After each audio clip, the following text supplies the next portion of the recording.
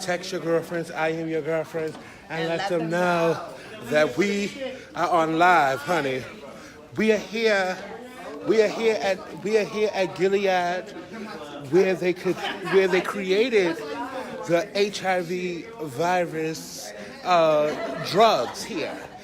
We at the headquarters where they created all the antiviruses and things like that to help keep people alive and things. I have on my lab coat, my Gilead lab coat. I'm here with all the different girls. Hold on, let me try to turn my phone around. I got on gloves. Oh, wait. This is super top secret. It's super top secret? I think we can't do it. Oh, we can't take pictures in the lab? Okay. Well,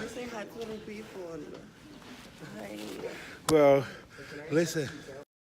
Let me let y'all see the people. Everybody is in their lab coats and things of that nature. We out here. Yes. Okay. But we can't take the cameras inside the lab. So I'm gonna have to get off alive.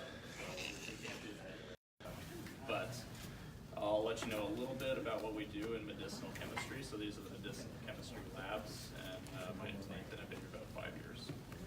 So when we have some kind of a disease that we want to go after, like HIV, the first thing we need is a target, something that we're actually going to attack as part of the virus or part of the pathway that's going to allow us to have an effect on patients. So an example for the HIV virus is the integrase protein, that's bictegravir, or a protease inhibitor like classically atazanavir, or a capsid inhibitor. Has everybody heard of our capsid inhibitor for long-acting 6207? Yes. Oh, it did? Okay.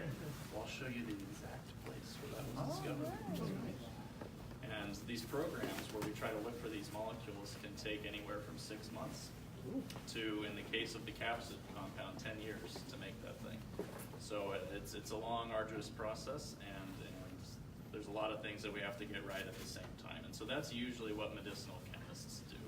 So we have that target, like the capsid, some kind of protein that we want to interrupt or block, and we have to build a molecule that's going to do it. So we have some starting point. We either screen a lot of molecules, or we look at the structure of the pocket, or somehow we come up with a starting point for chemical matter, and we make a molecule and we test it in 50 different ways. And all that data comes back, and we say, okay, it looks good here. Say it's really potent at killing HIV, but it's metabolized by the liver too fast.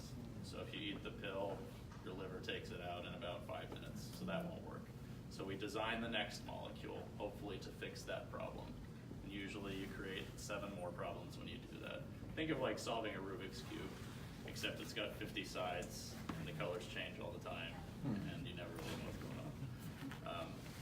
But if we do that about 10,000 times, hopefully we come up with a compound at the end that is safe and effective. All right, that's the 2 boxes we need to check. And we try to make it usually a once-a-day pill, something that'll get absorbed orally, and you only need to take it once a day. Or something like the capsid compound where you can do an injection and it lasts for 3 months.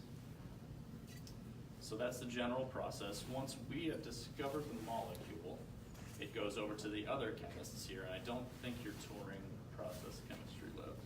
Oh, I don't think so, no. So our job is to make a little bit of the molecule, and our focus is usually speed. Make it as fast as you possibly can so we can get this ball rolling as quickly as we can.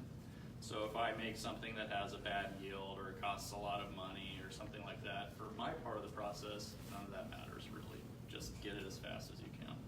Once we found the molecule and it goes over to the process chemist, their job is to make a lot of it safely and as cheaply as possible. Safely but cheaply so that the cost of medication can stay down. And then after that it goes into trials, and so after we find the molecule several years later, we actually find if it works in people and makes it in the market. So how long does it take to make that, to find that molecule usually? So usually 2 to 6 months, longest was 10 years, and that was the capsid molecule. Gotcha. So yeah, you never really know. All right, any questions on the general process there? All right, please stop me at any time.